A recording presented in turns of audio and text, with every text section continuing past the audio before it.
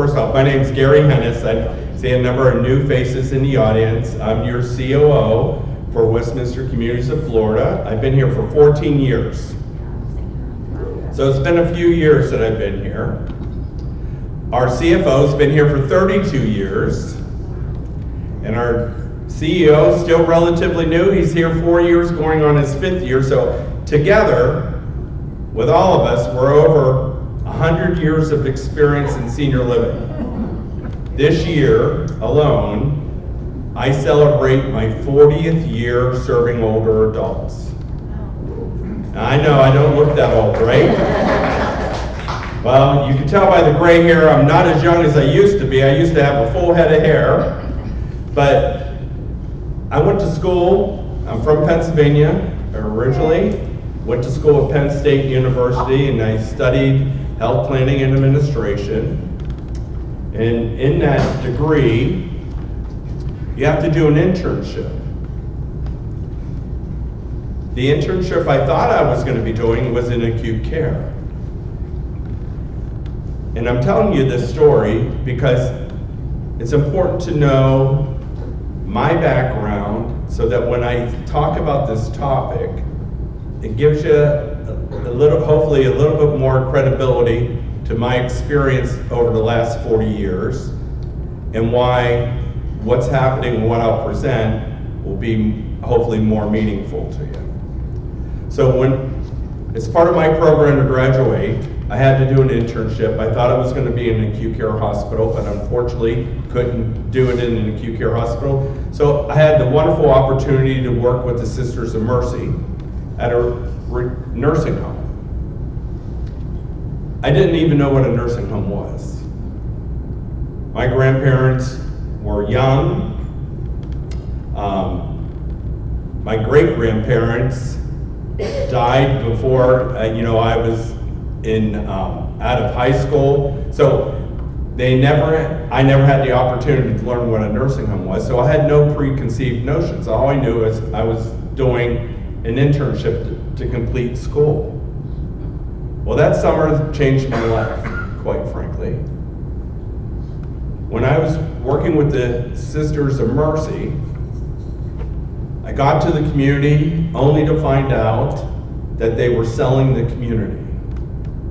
They were giving up that mission because life was difficult, life was changing in that small town in Pennsylvania, and the nuns were being called to another service and they were being reassigned, so they sold the small nursing home. So that summer, not only did I get to serve older adults that were in those nursing home beds, I got to work with team members and got to know what it was like to be a team member.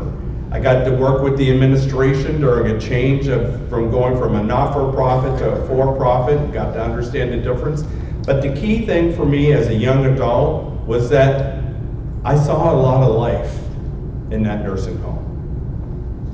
I didn't have any of those preconceived notions how terrible that you hear and you read in the paper about nursing homes. I saw how individuals can make a difference in people's lives. You might be at the end of life, but you still get to make a difference in somebody's life. And I didn't know how profound that was going to be for a 22-year-old or a 21-year-old at that point. So I went back to school. I was graduating that winter. I was in a fraternity. I was president of my fraternity. And health planning and administration, no one knew what that degree was. But I had fraternity brothers, they were all engineers or computer science, they were all in the science field. I was one of the few that was not in the science field. But I had the most amount of interviews than anyone else, which was pretty interesting. Part of that had probably to do with how active I was in college. But, so I accepted a job to go work at Weyerhaeuser Paper. I was going to go to Wisconsin to work. 3 weeks before I was to go, I turned to my parents and I said, I'm not going. It's not what I went to school for. I realized at that point, that summer, that I had worked with the sisters, completely changed who I was and what I wanted to do for a living. So I ended up with no job. Turned down the job. I didn't go to Wisconsin, stayed at home. I eventually, within a couple months, got a job working as an affordable housing administrator on a CCRC campus like here, except there would be another building and it would be for low-income housing. So I got exposed to what working in a CCRC was, fell in love, and got to work with 150 residents, and I began living my personal mission of serving older adults. So why is all that important to you? That 40 years, been doing it now for 40 years, progressively grown in my roles. Before coming to Florida, I was the COO for Presby's Inspired Life in the city of Philadelphia. We served older adults in those 5 counties. And I've been here ever since for the last 14 years. I share all that to say that when I started at 22 to where it's at today, every single year in healthcare, especially senior living, life has changed every single year. No different than this slide. If you change the way you look at things, the things you look at change. There's nothing more profound than looking in the mirror every single day. What I see in the mirror is not what's staring back at me. You know, we've all changed. We've all changed, and that's no different than the work that we do. While we have a very strong mission in serving older adults, life is all about change and how we respond to change. I like to say to the leadership team at our organization, we like to live in the facts. The slide behind me tells a story of our occupancy across our entire organization back to 2017. So this is a 7-year reflection. So back in 2017, 2018, we're at 92.3% occupied. But the number you want to pay attention to is that number right there, 3,556. Those were the total number of residents that we had back in 2017. If we go over here, at the end of June, the organization had 91.6 overall occupancy. Solid, it's a good occupancy level, but total available residents, 3,862. So over those 7 years, our organization has grown. It's grown in units. Part of that is through the affiliation that we did last year with Florida Presbyterian in Lakeland. And it's also grown, like in the city of St. Petersburg at the Shores campus. We built 2 brand new independent living buildings, and we've expanded other campuses as well. But what this story tells us, if we look across, you can see the impact. If you get here and here, you start to see the impact of COVID and the pandemic. Our organization, what you should take away from this organization, while things have changed over time, you see a lot of stability there, right? You see a lot of stability, and its stability becomes even clearer in a couple more slides. Going into the pandemic, our organization was at over 95% occupied. That meant that our organization, compared to many others, was in a very strong, stable position. 95% occupancy is very high for the state of the industry at any point in time. So we were strong and healthy going into that pandemic. Because of the decisions leadership made through the pandemic, kept us strong, kept us safe, quite frankly. So what does this mean to you at the Palms?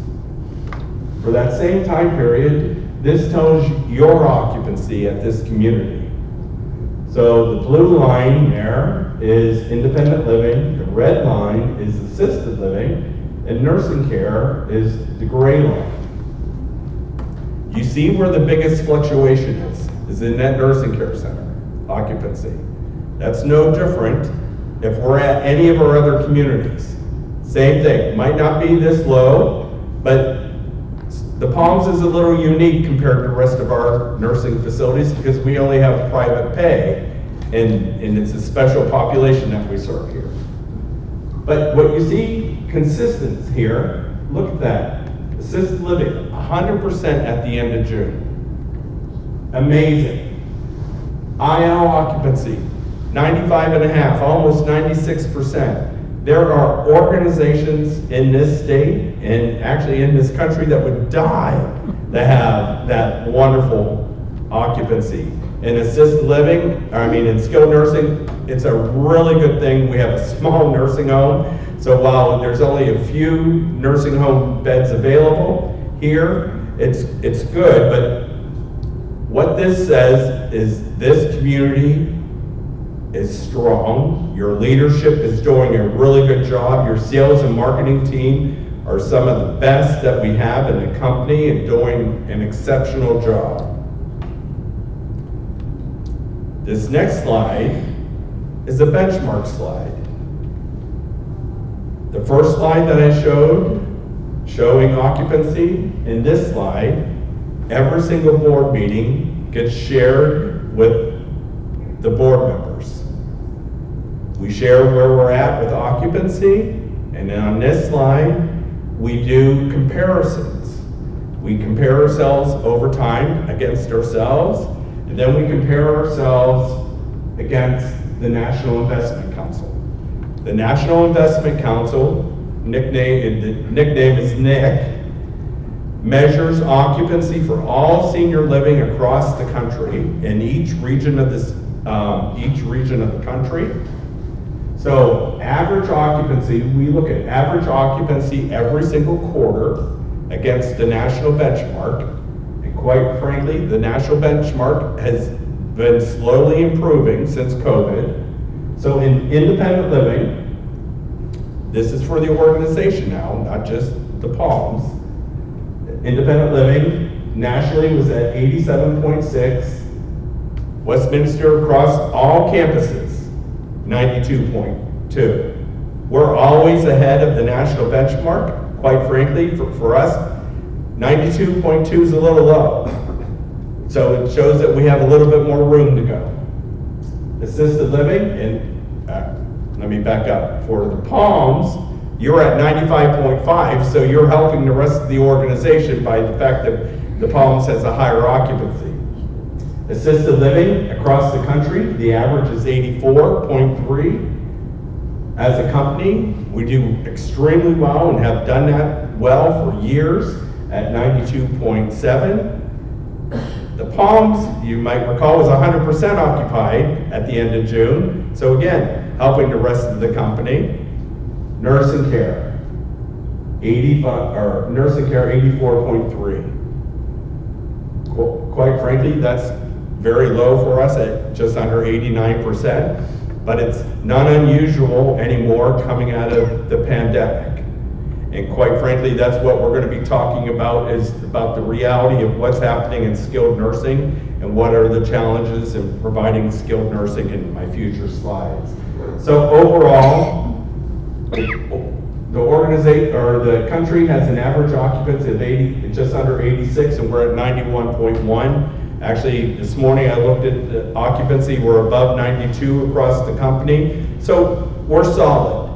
So my message to you here is that Westminster is beating, and quite frankly always has beat national averages, but we have a strong, healthy organization, financially strong, but also from an operations standpoint, we have a strong occupancy.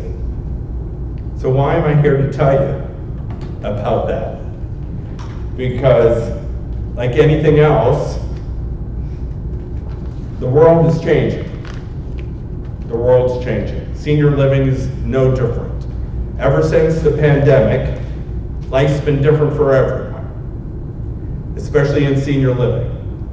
You know, we lived through having not enough staff and having a lot of temporary agency staff bringing people in to work for us. Thankfully, we're no longer having to do that. The majority of our communities are much more stable, and we have added team members to our workforce, and sales is strong, and we're in a really good place. But that doesn't mean there aren't other complications going on that infect our organization, and that's what I'm here to share. I like this slide because it's the truth. I used to sleep at night. The pandemic was one of the key reasons that I stopped sleeping, quite frankly, the way I used to. But ever since I came to Westminster 14 years ago, there's one time a year that it's always difficult to sleep. And who would guess when that is? Hurricane season. My gosh, being COO of Westminster during hurricane season, when you're responsible for so many people, didn't care, and when there's a strong storm, that adds just a little stress to you, I'll just say, and to all the teams. I mean, our teams have always done a wonderful job at preparing, making sure that our residents get to where they need to be if we have to evacuate. But the pandemic created a significant amount of stress for anyone, in healthcare especially.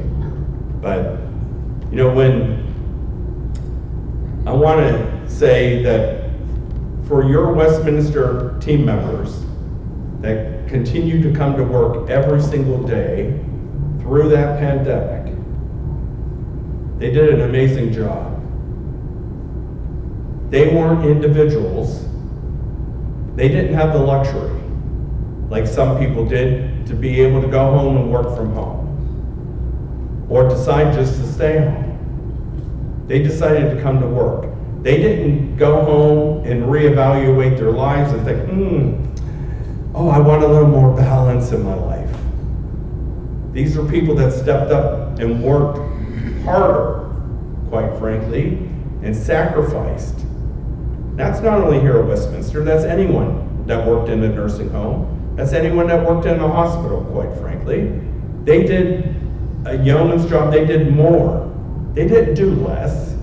They didn't get an opportunity to reevaluate their lives and maybe not, hey, I'm not gonna go back to work. And I don't begrudge those people, but it's different. Thank God we have the individuals that work for our organization and work in ministries like ours that are committed and guided by God to keep us serving from the heart. But the pandemic has created significant challenges throughout healthcare, throughout senior living, and things have not been the same ever since. We've talked about that with every year when we do our budget increases. I don't have to go over that. You've heard about those the last couple of years when we had bigger increases than we typically do.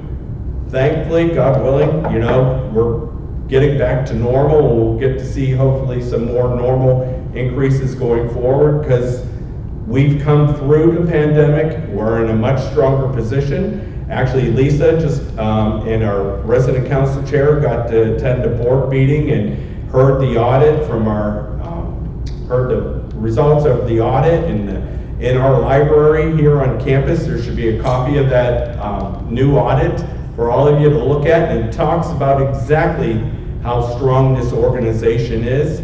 And it just should reassure you that when you made the decision to move to a Westminster community, you made a really good decision because we're financially healthy and we take care of our residents, and we have a strong foundation, and that prepares and supports benevolence. So one of the other challenges that's coming is this. Whether or not you call it the silver tsunami, or you call it the age wave, when you look at this graph, what does it talk about? It talks about boomers. You can see here, during the years 2020 to 2040, there's a large growth spurt here of older adults, 113%. Now that's not new. What's new is they're old. You know, because they've been around, and the only way you get to be old is you live for a long time, right? So being 65 is not old.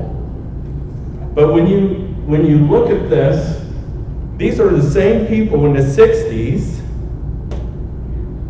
that protested the war, same individuals who shared their mind more openly than their parents.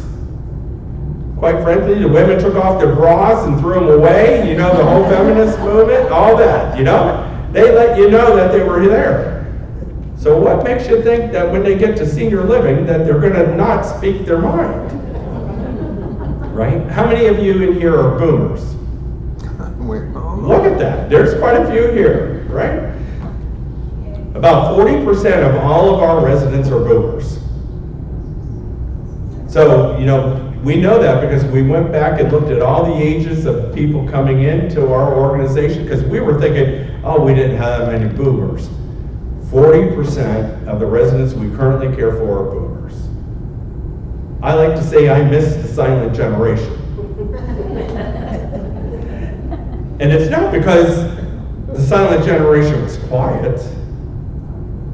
Silent generation, you know, I've been in this for 40 years, so I've worked with a number of generations. Silent generation, they shared their mind, they told you the way it was, but they were kind. They would take you aside and treat you kindly. Not that every boomer is in your face, but you know, I come up at the tail end of the boomer, and if you ask my team, they would say, oh, Gary could be a little direct and he might speak his mind. Is that fair, Lisa? Yes, that's fair. So, you know, I'm a boomer, and you know, there's things I like and I don't like, and so I understand boomers being a boomer, but you know, boomers will tell you, no different than, they're not gonna change. They were the same individual that when they were teenagers in the 60s that they are now. And in senior living, we have to learn that that is one of the changes that is occurring. You know, we've learned over time that a semi-private room in nursing is no longer acceptable. Having a studio apartment, while there might be some that want a studio, in general, the average person doesn't want a studio apartment. And so learning to adapt and change our model over time is something that we have to do, and I'll be talking about what we'll be doing. Now, if this isn't a beautiful picture of downtown St. Pete from the water, but the important piece of that, other than the pretty picture, is that by 2030, 6 years, more than 30% of the population in Florida is going to be over the age of 60. That's a lot of people. Think of that voting block. Think of the voices. Think of all those boomers that have something to say. I'm just saying. That's a lot of people. That is a lot of stress on infrastructure, quite frankly. You know, I was in Tallahassee earlier this year, listened to the president of the Chamber of Commerce up in Tallahassee. He talked about 1,000 people a day moving into Florida. Last year there was $80 billion that moved into Florida. $80 billion. What they don't talk about is the wealth that's leaving the state, right? There's not as much out migration from the state as there is in migration. A lot of people are happy to come to the state, but there's some people that are leaving the state, just not as much as that are coming in. Last year there was one family, according to the Chamber of Commerce president, was one family left the state with $60 billion. And where did they move, was the question? They moved to Wyoming. So what does that individual know that we know, right? Probably just didn't want to live with a lot of people, is what would be my guess. So when we look around Florida in senior living, these were the statistics when I was putting this presentation together. A few months ago, there were 71 CCRCs in the state of Florida, 707 nursing homes, 3,080 assisted living communities. Why so many assisted living communities? Well, part of that is because an assisted living community can be serving as little as 15 to 20 people. So that's the same license as if you're serving 120 people. So there's a lot of small mom and pop assisted living buildings around the state. So that's why there's so many. And why did I say there used to be 71? There's one that we all know that recently ran into trouble and closed. So now there's 70 CCRCs in the state. Main growth in senior living for CCRCs is through expansion on campuses, no different than what we do, like at the Shores or up at Julington Creek that we're currently doing, or through affiliation, like bringing in Westminster or Westminster Lakeland or the former Florida Presbyterian. I'll also say here, we did look at University Village or Unison. We were asked to come in and do our due diligence and look and see if Westminster wanted to acquire the community. We get asked to do that quite frequently, honestly. We say no more than we say yes. Obviously, we said no to Unison for multiple reasons. Part of it was only 20% occupied. There was a lot of other reasons that went into that, but we say no. In order to join us, there has to be a strong, compelling argument, and it has to add strength to our organization. Our former CEO used to have a saying, bigger is not better, stronger is better. So, like when Westminster Lakeland came in, the balance sheet grew in a positive way, while there's still challenges that we have to overcome at the community from an operational perspective. It's still a very smart decision, and it saved the mission of that Florida Presbyterian community. And if nothing else, there's one strong piece to our organization, the organization you reside at, is that we are mission-driven and faith-based. That won't change as long as our board of directors continues to be in place, and we'll continue to serve that mission like we always have. What is changing is the new CCRC model. In that last bullet you see there. Any new CCRCs being built without a nursing home. They're not building nursing homes into new CCRC models. They are building memory care, and they're building assisted living, but they are not adding nursing homes. I'll tell you why in the next slide, but there's a lot of focus on lifestyle, a lot of focus on wellness, a lot of focus on activities, but not healthcare. That's the big difference. We've seen that trend slowly grow over time, but it's clearly exactly where it's at. So when we do our environmental scan and we look at the acronym there, CHOW, which means change of ownership, out of those 707 nursing homes that I mentioned within the state of Florida, 30% of them changed hands of ownership last year.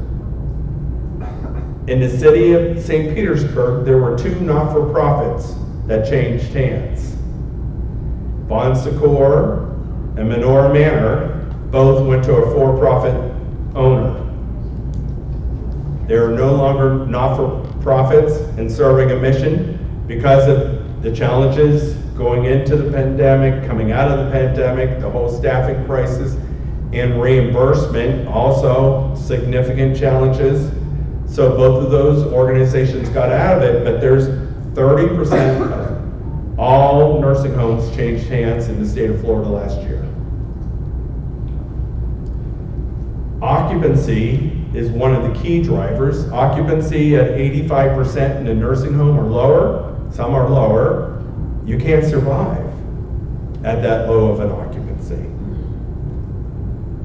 The big item here is those operating margin of a nursing home.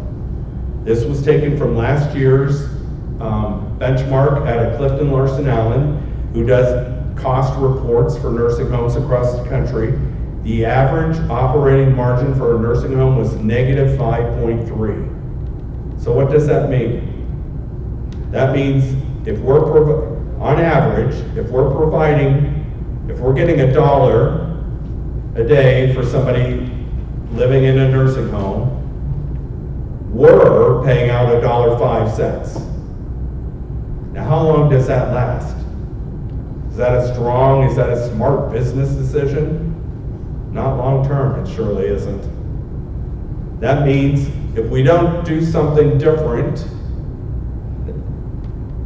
in our nursing component, that means it gets subsidized by other levels of care. And how long do you do that? Our organization really prides itself on having a small margin. Our margin overall is we work for a 4 to 5% margin at the end of the day. How do we do that? It's our budget philosophy, and we share this every year, but I'll share it again. All of our entrance fees that we collect go to pay for capital improvements, major renovations, which is a capital improvement, and debt. That money is separated from all of our entrance fees. All monthly service fees that you pay to reside in your apartment or home goes to monthly operating cost. So Lisa and her team, they have to work really hard to manage the expenses to make sure that we're able to make sure that we're meeting the expectations of that budget. And that budget is based off of, at the end of the day, throughout our entire organization, that we're going to earn 4% margin. This last year, we did a very good job, and you'll see that in audited statements. But we needed to do a good job because coming out of the pandemic it was a very tough year coming the year prior. The other piece here that enters into that negative 5% margin, skilled nursing, is Medicaid. Medicaid underfunds nursing homes. It's underfunded by $500 million. That's not a surprise. I mean, I've been in the industry for 40 years. There's no state in the union that wants to pay for individuals who can't pay for themselves in a nursing home. No state wants to pay Medicaid funding. How many of you in this room want to be in a nursing home? Not a hand, not one hand. I can tell you, that hasn't changed. There's no one that ever wanted to go to a nursing home in that same 40 years. Nursing homes are a necessity. It's good to have nursing homes. There's a place for a nursing home. The best place for a nursing home is rehab, right? To go and get your rehabilitation, rehab yourself, and be able to go home. But, you know, for the kid that started in a nursing home, who fell in love and had the passion, that passion's still there. There's still a place for nursing homes, but nursing homes have changed over those 40 years. There weren't a lot of options for older adults. They didn't have a lot of means to go somewhere. If they didn't go to live with family or stayed with their children, you know, they would go to where? They'd go to the nursing home, because there used to only just be nursing homes, or the old folks home, or the poorhouse, or whatever they used, county homes. they would call them. There's a lot more options these days. The nursing home of yesterday is changing. We have to change. I like to use the analogy because generally there's a lot of women in the audience when I do this presentation. You remember those of you that had children. So we'll go back a few years, right, when you had children. There used to be maternity wards, right? I see a few heads shaking their head. Maternity wards. Now how lovely was that? To have a baby and lay in bed next to 4 or 5 other women, right? That's not very fun. 4. Yeah, 4. So life changed over time. The acute care industry learned that, we're not going to do that anymore. We'll eventually get a semi-private room. And in the 70s, they started to realize, no one wants to share a room, even in a nursing home. So they started more private rooms.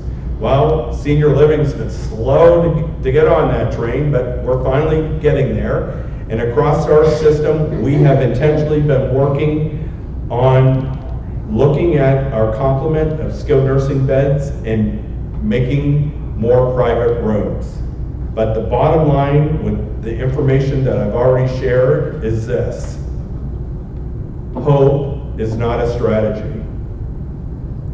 We can pray all we want, we pray all day long, and God is kind to us, especially at Westminster, and He answers prayers, but relying on hope as our only strategy isn't going to work.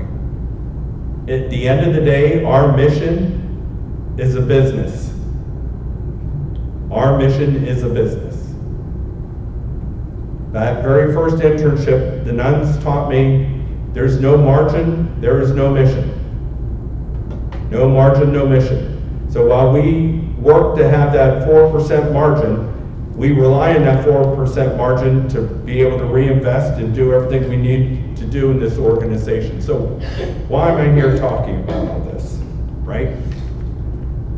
I'm here talking about just sharing what is going on all around us and what are some of the challenges. Our organization, the week after our organization got its Fitch rating, which reaffirmed our A- and very strong rating from an outside third-party Fitch organization, it also published this article. For the second year in a row, the Fitch gave a negative outlook and a deteriorating outlook for CCRCs. And why did they do that? Part of that is mainly, we're talking about coming out of the pandemic. Not everyone was as strong as Westminster going into the pandemic. Not everyone had the same level of leadership going into the pandemic. And as I said to my team when we were in the pandemic, while as difficult as this is, I think coming out of it's going to be even tougher.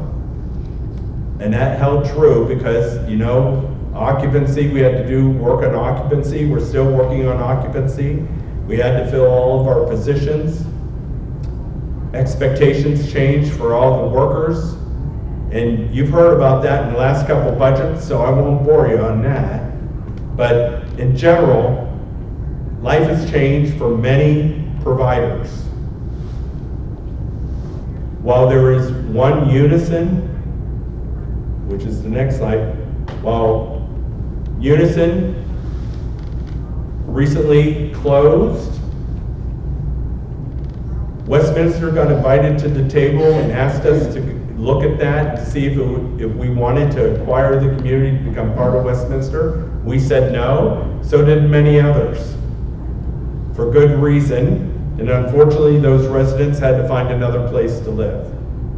We were able to help 3 residents that from the Unison community to join one of our campuses, but the rest have decided to move to another campus or go with family. That's a terrible story to tell. Our CFO likes to talk about the individuals that were running or behind that as bad actors. sometimes bad things happen to good people. I think that's a true story. All of this is to say that there is challenging times ahead. Reimbursement, Medicaid has changed. Medicaid has changed in the state for about 8 years now. Medicaid funding for skilled nursing has been under a managed care system, and it's really been starting to work to the state's favor. The big thing I want us to pay attention to is over here. Let's see if I can get this working. This grid. This here, this green line here is traditional Medicare. So if we look down here in 2010, 76% of all Medicare eligible individuals had a traditional Medicare plan.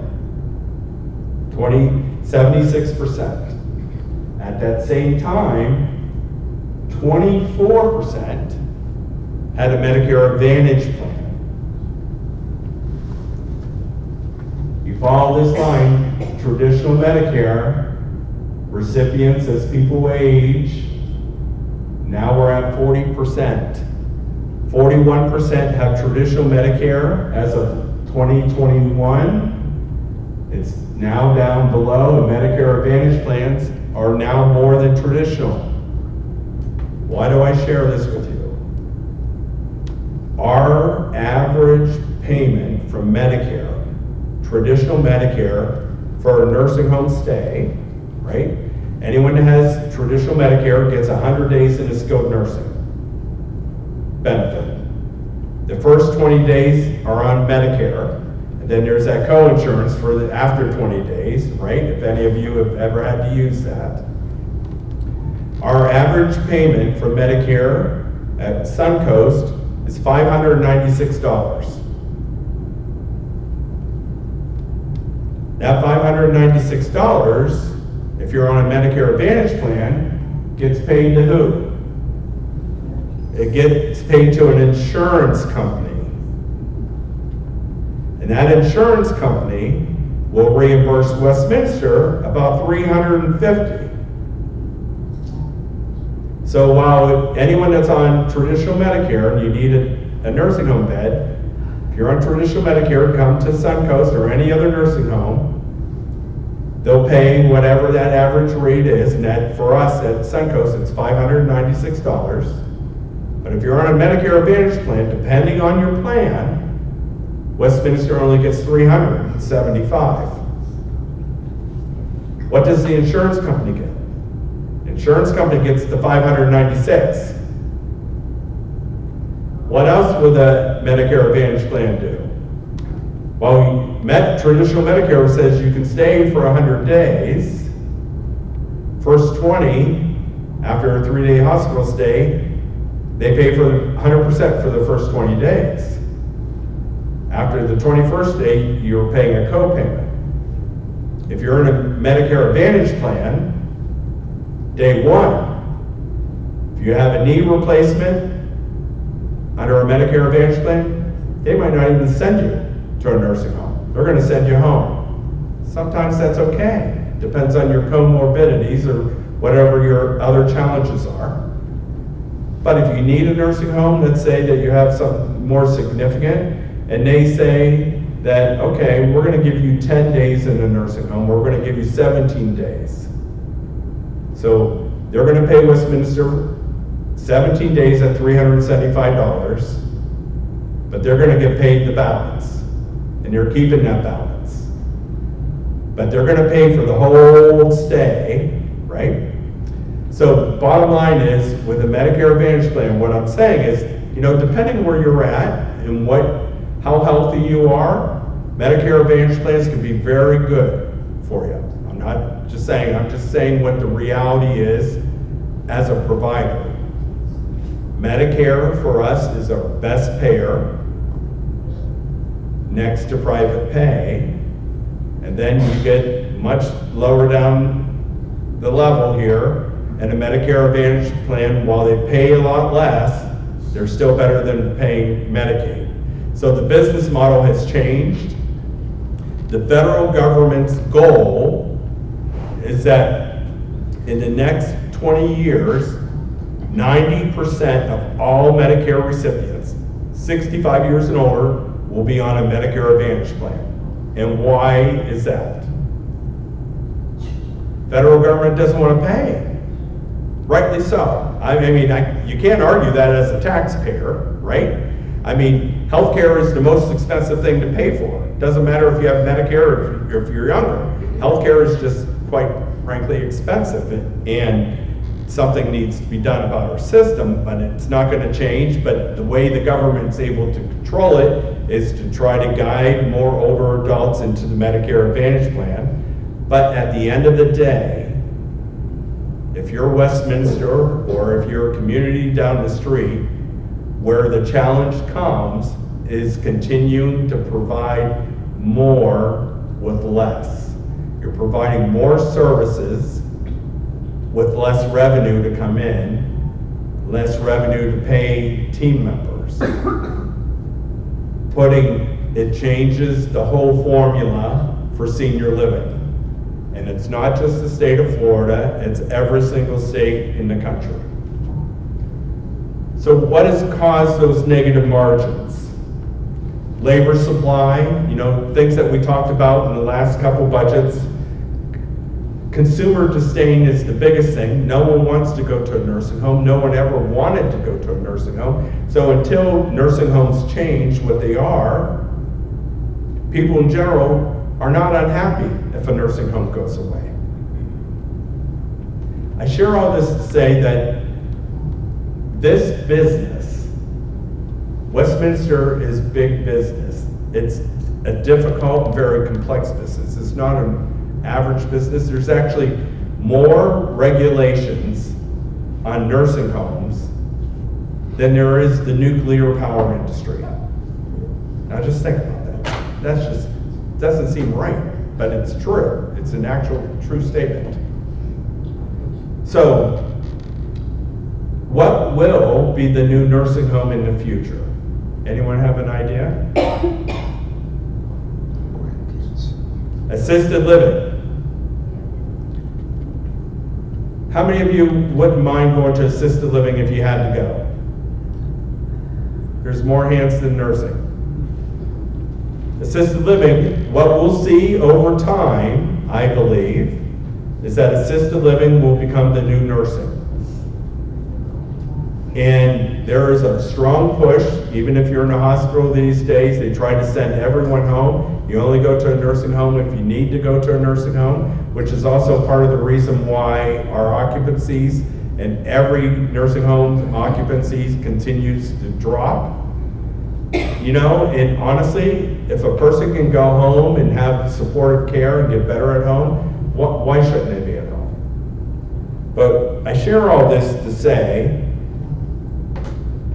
while all of that is happening all around us, at Westminster, this is not news for us because this is something that we plan for and we strategize every year that I've been here and well before I got here 14 years ago. We always evaluate the market. We always decide a strategic direction. A number of years ago, we started adding memory support assisted living. We strongly believe that memory support should be done in assisted living. That just because you're memory impaired, unless you have other comorbidities, we should be able to support you in the most appropriate setting in the least restrictive place so that you can have freedom of life. And we'll support you through programming. And we've added new assisted living or memory support assisted living at Westminster Oaks, Westminster Woods. We're expanding it and renovating Suncoast to add more memory support. And at Winter Park, we have that. But our goal is in every single market, we'll have a memory support assisted living building. Over the number of years, we have added new assisted living apartments. We've done that here at the Palms. We took part of Palm Center and we converted some of the smaller units that were difficult to sell to independent living, and we made more assisted living apartments. We did the same thing at Suncoast with the mid-rise. We've done the same thing at Winter Park and Westminster Towers. We've added more assisted living units. We're adding more private rooms. We've done that at Baldwin Park, Julington Creek, Winter Park. We actually downsized 120 beds at Winter Park so that we could have more private rooms for those residents. And last year, you'll recall, we made a very difficult decision as an organization to close Westminster Manor's nursing home. We realized that we didn't need 180 beds in the Bradenton market. We had 120 beds at Point Pleasant, and we had 60 beds at the Manor, less than a mile away. So we combined them both, and the campus is much stronger and doing better financially. So as the whole, it helps the whole. So these are some of the decisions that we've made. We are currently evaluating and looking at all of our large nursing homes. At Suncoast, we recently downsized 10 beds. We went from a 120 bed license to 110 so that we could have 10 more private rooms for individuals to come to that building. We're doing the same thing at Westminster Towers, Orlando, except we went from 120 beds down to 100 beds, so to create more private rooms in that market.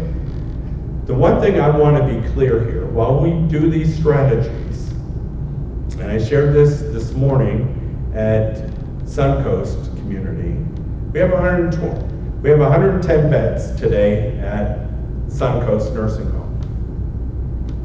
To care for any resident, I mean any resident at the Palms, at the Shores, and at Suncoast, if we had every person that needed a skilled nursing bed on any one day, we could never fill that building with just our residents.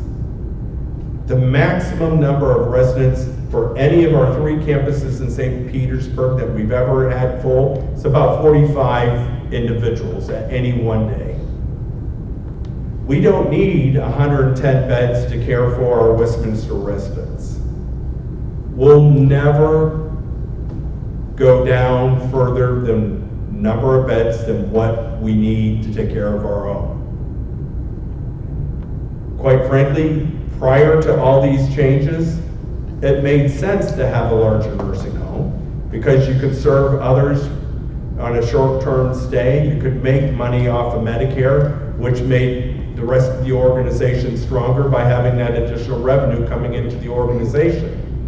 While the margin was about 10% on a good day in skilled nursing, now it's a negative 5%, so it doesn't make as much sense.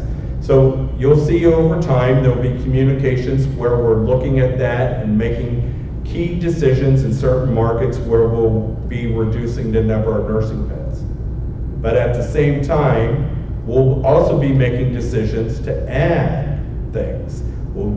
Recently we announced at the Shores that we're adding 40 new beds or assisted living units, and that will be proposed in the 26 capital budget for the Shores for the board to consider next year. And we are adding new independent living units at a couple other campuses up at St. Augustine and at Julington Creek. Those are already underway and being built. But what else can you expect? From 2020 to 2030, publications say that the biggest explosion is going to be in-home services.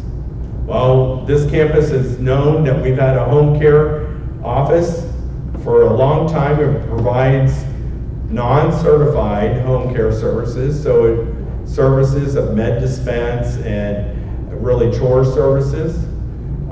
We've taken that service and we've opened up 4 other offices around the state, so our home care is growing to be able to serve individuals to stay at home longer, to be able to, if they want to age in place, if they have the ability to age in place, we want to be able to supply those services ourselves.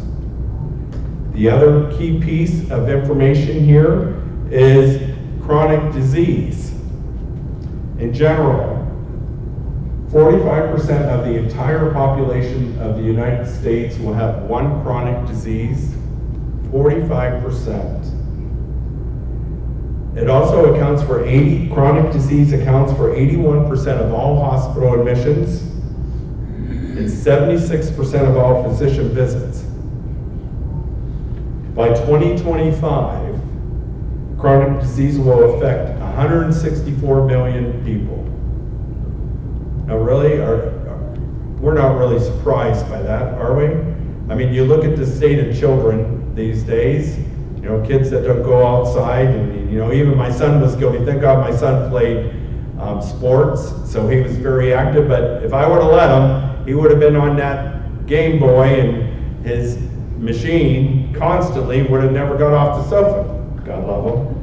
So, yeah, so it's chronic disease is a real serious problem.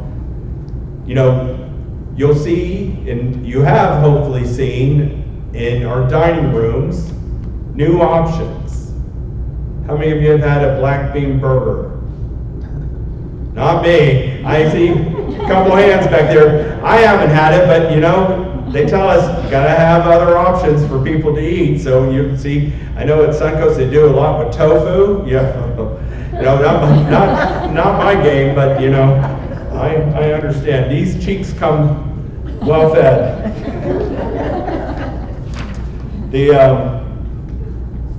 The other thing that's coming is technology.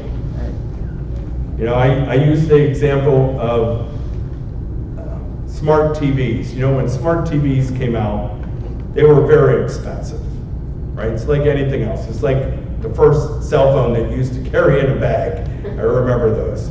You know, as technology continues to evolve and continues to grow, it will get cheaper. In our strategic plan, which is the Focus 5 that the board just recently approved, there's a whole initiative focused on increasing technology and use of technology across our organization.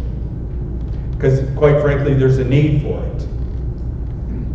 There is now a thing, and the boss sent me information on it, a smart toilet. Now just think about that. Who needs a smart toilet? But apparently it does a urinalysis while you're going to the bathroom. So, you know, I mean, technology is coming a long way. That's why I'm sharing that. There's a lot of things that will come forward.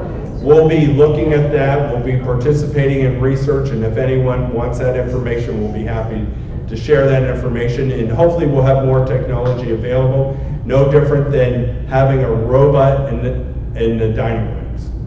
Do we have a robot here, Lisa? Well, at a number of our campuses, we have robots that go from the kitchen, bring the food out, so it helps the server and helps timeliness and keeps food hot, so that it saves time.